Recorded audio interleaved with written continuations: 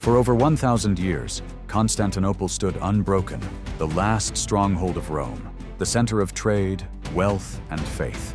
A city thought to be impenetrable. But on May 28, 1453, as the sun set for the final time over the empire, everyone inside the walls knew the truth. This was the end. It had been 977 years since the fall of the Western Roman Empire in 476 AD. Nearly a millennium since Rome itself had crumbled under the weight of invading barbarians. But while the West fell into darkness, the Eastern Roman Empire, what we call the Byzantine Empire, endured. It survived Goths, Persians, Arabs, Crusaders, even the Mongols. It was meant to last forever. But empires don't last forever. For weeks, the massive Ottoman army, 80,000 strong, had battered the city's legendary walls. The once unbreakable Theodosian defenses were cracked. Cannons had done what no enemy before could. Open wounds in the very stone that had kept the empire alive. And in the silence of the night, the final attack was coming. Inside the great church of Hagia Sophia, the air was thick with whispers and candlelight. Men, women, and children huddled together, their voices rising in desperate prayer beneath the golden dome. Some begged for a miracle, others simply waited for the inevitable. By morning, the world they knew would be gone. Across the city, 7,000 Byzantine soldiers prepared for what they knew would be their final battle. Their enemy stood at 80,000 strong, a storm of steel and fire waiting beyond the walls. Outnumbered more than 10 to 1, they weren't fighting to win anymore. They were fighting for honor, for legacy, for the last breath of Rome. And at the heart of it all stood Emperor Constantine XI Palaiologos, the last emperor of Byzantium. He had no illusions. The empire was a shadow of its former self. The city was dying. But as he looked out over Constantinople for the final time, he made one last decision. He would not run. He would stand, sword in hand, and fall with his people. Beyond the walls, the earth trembled. Ottoman cannons, larger than any the world had ever seen, were dragged into place. The young Sultan, Mehmed II, just 21 years old, watched in silence. He had studied every failed siege in history, every mistake, every weakness. He would not fail. And he had a weapon unlike anything Constantinople had ever faced before. A superweapon designed to do the impossible. A cannon so massive it could shatter stone as if it were glass. The Great Bombard. In just a few hours, it would fire the shot that would end not just a city, but a civilization. But why was this city so important? How did Rome fall in the West, yet survive here for another 1,000 years? And what did a lunar eclipse have to do with their doom? How did Byzantium go from the greatest empire on earth to a desperate city waiting for its death? And why did Constantine XI choose to die as an emperor rather than live as a captive? Before we watch it fall, we need to understand what was truly dying in 1453. This wasn't just a city. It wasn't just a kingdom. This was the last breath of an empire that had once ruled the world. The Byzantine Empire. Rome was supposed to be eternal. But in 476 AD, the Western Roman Empire collapsed. Its emperors dethroned, its legions shattered, its cities in ruin. The empire that had once ruled from Britain to the Middle East was no more. But Rome didn't die. It moved. It survived in the East, where one city stood unbroken: Constantinople. The empire rebuilt itself, stronger, wealthier, more advanced. The Byzantines didn't see themselves as something new. They were Romans. Their emperors still ruled as Caesars. Their legions still fought as Rome's armies. But this was Rome transformed, a fusion of Roman law, Greek knowledge, and Christian faith. And at its peak, Byzantium was unstoppable. The empire controlled lands from Italy to North Africa, from the Balkans to Syria. It was the richest, most powerful state in the world, a beacon of knowledge, trade, and military power. While Western Europe crumbled into the Dark Ages, Byzantium held the line.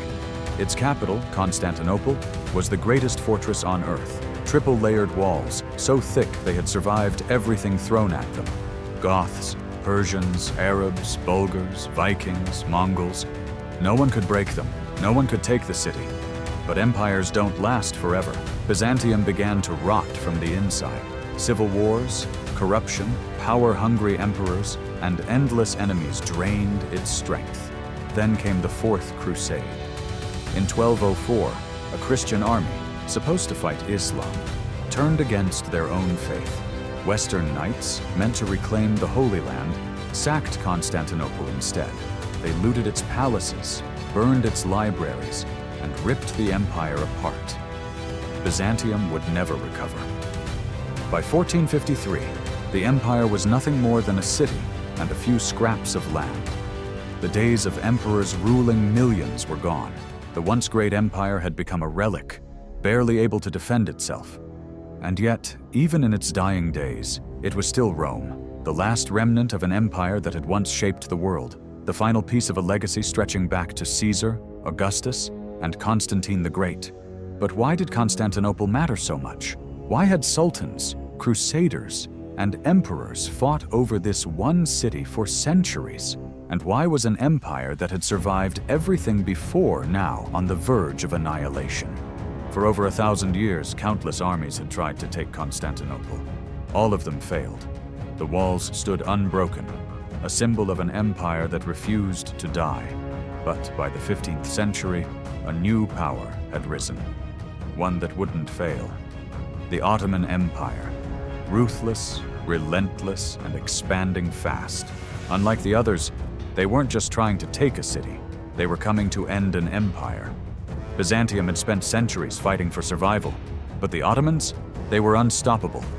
From their capital in Edirne, they had already conquered the Balkans, crushed the Serbs, and pushed deep into Europe. They surrounded Constantinople on nearly every side.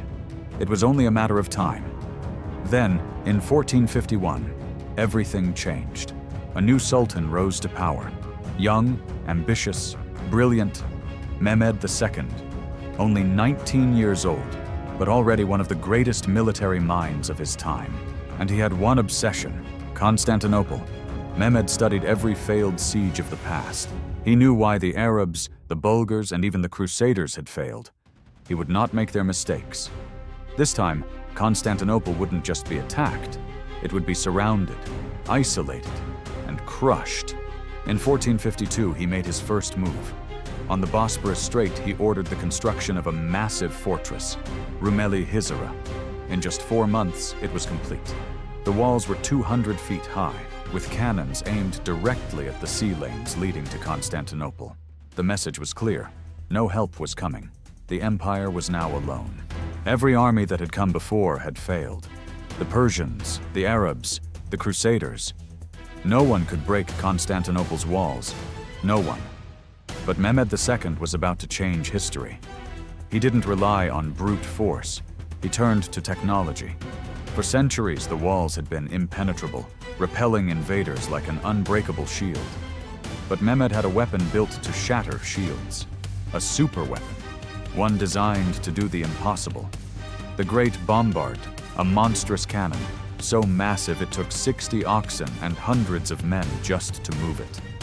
Forged by a Hungarian engineer named Orban, it could launch a 1,200-pound stone ball over a mile, obliterating everything in its path. The Byzantines had never seen anything like it. No one had. And Mehmed didn't stop at one. He commissioned an entire arsenal of siege cannons, each capable of bringing down walls that had stood for over 1,000 years. Constantinople had survived everything, but it had never faced firepower like this. By April 1453, the trap was set. Mehmed's army, 80,000 strong, stood ready. His elite janissaries, the most disciplined warriors of the Ottoman Empire, prepared for the assault. His fleet blocked the Golden Horn, cutting off the city's lifeline. No trade, no reinforcements, no escape. Inside Constantinople, Emperor Constantine XI stood before a dying empire. His army, just 7,000 men, merchants, farmers, and aging veterans, fighting with everything they had left. There were no reinforcements, no allies, no way out. He wasn't fighting for victory anymore. He was fighting for legacy. For the next 7 weeks, the siege of Constantinople would become one of the most legendary battles in history, the mightiest fortress in the world against a relentless war machine, a dying empire against a rising one. The fate of Rome, of Byzantium, of 1,000 years of history would be decided in blood. April 6, 1453. The silence was broken. A deep, earth-shaking boom echoed across Constantinople as the Great Bombard fired its first shot. The walls of the city, walls that had withstood 1,000 years of war, shuddered under the impact. Dust and stone erupted into the air, and from the Ottoman camp, a deafening cheer rose. The siege had begun. Day after day, night after night, the cannons roared. The city was trapped in a never-ending storm of stone and fire. The ground trembled as 1,200-pound cannonballs smashed into the walls, sending shattered stone flying like shrapnel. The defenders patched the breaches as fast as they could, but the walls were dying. The Golden Horn was supposed to be their lifeline. A great iron chain stretched across the harbor, blocking Ottoman ships from entering. But Mehmed had already planned for this. In one of the most daring moves in siege warfare, his engineers dragged warships across land, rolling them on greased logs over hills, through forests, and straight into the harbor. The Byzantines watched in horror as dozens of Ottoman galleys bypassed the chain completely. The city's last safe haven was gone. On April 18th, Mehmed ordered his first full-scale attack. Thousands of Ottoman soldiers rushed the walls, scaling ladders, hurling fire, battering the gates. Arrows rained from the sky. The Byzantines fought like cornered lions, hurling boiling oil, rolling boulders, slashing at the invaders with everything they had. The walls held, but barely. Hundreds lay dead, and Mehmed wasn't done. The attacks kept coming. April 22nd, April 24th, May 7th, May 12th. Every few days, a new assault. Each time, the Ottomans suffered terrible losses, but the defenders were breaking. Inside Constantinople, morale was collapsing. The streets were filled with the wounded. Food was running out. Men who had fought for weeks could barely stand, but still, they held on. A miracle seemed to come on May 23rd. In the night sky, an eerie red glow surrounded the dome of Hagia Sophia. Was it divine intervention? A sign from God that they would be saved? The people believed it was. Hope flickered for the first time in weeks. But the next day, the moon, a symbol of Constantinople, turned blood red and faded into darkness in a total lunar eclipse. To the defenders, it was a sign. To the Ottomans, it was prophecy. The city would fall. Mehmed was done waiting. On May 28th, as the sun set, the Ottoman camp fell silent. There was no fighting, no cannon fire, just whispers in the darkness. The city held its breath. Inside Hagia Sophia, the last emperor of Byzantium, Constantine XI, took communion, then addressed his people. There would be no surrender. Those who wished to flee could do so. But for those who remained, they would fight for their city, for their homes, for their faith. And then, the drums began. Just before dawn on May 29th, 100,000 Ottoman soldiers launched the final attack. Waves of troops crashed into the walls, arrows blackened the sky, and cannon fire shook the earth itself. The Byzantines fought with everything they had, but the numbers were overwhelming. Then it happened. At a small gate, the Kirka Porta, a group of Ottoman soldiers breached the walls. One moment the defenders were holding. The next, chaos. The walls were collapsing. The Ottomans flooded in. The last stand of Constantinople had begun. As the city collapsed into chaos, Constantine XI knew his time had come. He gathered the last of his men, his personal guard, his closest friends, and led them into the heart of the battle. No more orders, no more speeches, no retreat, only steel. The emperor charged straight into the enemy lines, his sword flashing, his shield broken. He cut down one soldier, then another, then another. He fought like a man who had nothing left to lose, because he didn't. And then, he was gone. Somewhere in the chaos, the last emperor of Byzantium fell. No one saw the final blow. No one knew who struck him down. When the battle was over, his body was never found. The last Roman emperor disappeared into legend. By dawn, the city was lost. Ottoman banners hung from the towers. The streets ran red. The empire that had lasted over 1,100 years, that had survived Goths, Persians, Crusaders, Mongols, was no more. Mehmed II rode through the shattered gates, victorious. He dismounted at Hagia Sophia, where thousands of terrified citizens were still gathered. He stepped inside the greatest church in Christendom. And in that moment, Constantinople was no longer Byzantine, it was Ottoman. Rome had finally fallen. The last breath of Rome had been exhaled. As Ottoman soldiers flooded the streets, the city descended into chaos. For 3 days, Constantinople was consumed by fire, blood, and terror. The ancient markets, the grand palaces, the towering churches, all were looted, burned, or torn apart. The great church of Hagia Sophia, once a beacon of Christendom, became a place of fear and despair. Thousands had taken refuge there, hoping for mercy. But the doors were broken down, and the last survivors of the empire were dragged from their sanctuary. Some became Ottoman slaves. Others were allowed to stay to rebuild the city. The emperor was dead, his body lost, his city in ruins. But this was not just the end of Byzantium. It was the beginning of something new. On May 30th, 1453, Sultan Mehmed II rode into the ruined city.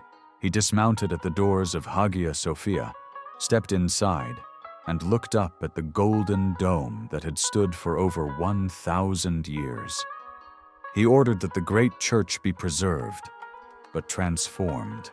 Within hours, the crosses were taken down, and the call to prayer echoed through the halls. The greatest church in Christendom had become a mosque. As he walked through the empty streets, Mehmed is said to have whispered a line from Persian poetry. The spider weaves the curtains in the palace of the Caesars. The owl calls in the towers of Afrasiab. Constantinople was his, but he didn't destroy it. He rebuilt it. He called himself Kaiser Rum, Caesar of Rome. In his eyes, he was not the destroyer of the Roman Empire. He was its successor. For over 1,100 years, Byzantium stood as the last legacy of Rome. It had survived barbarians, Persians, Arabs, Crusaders, Mongols, an empire that refused to break. No army could erase it. No siege could bring it down. But in the end, it wasn't war alone that destroyed it. It was time.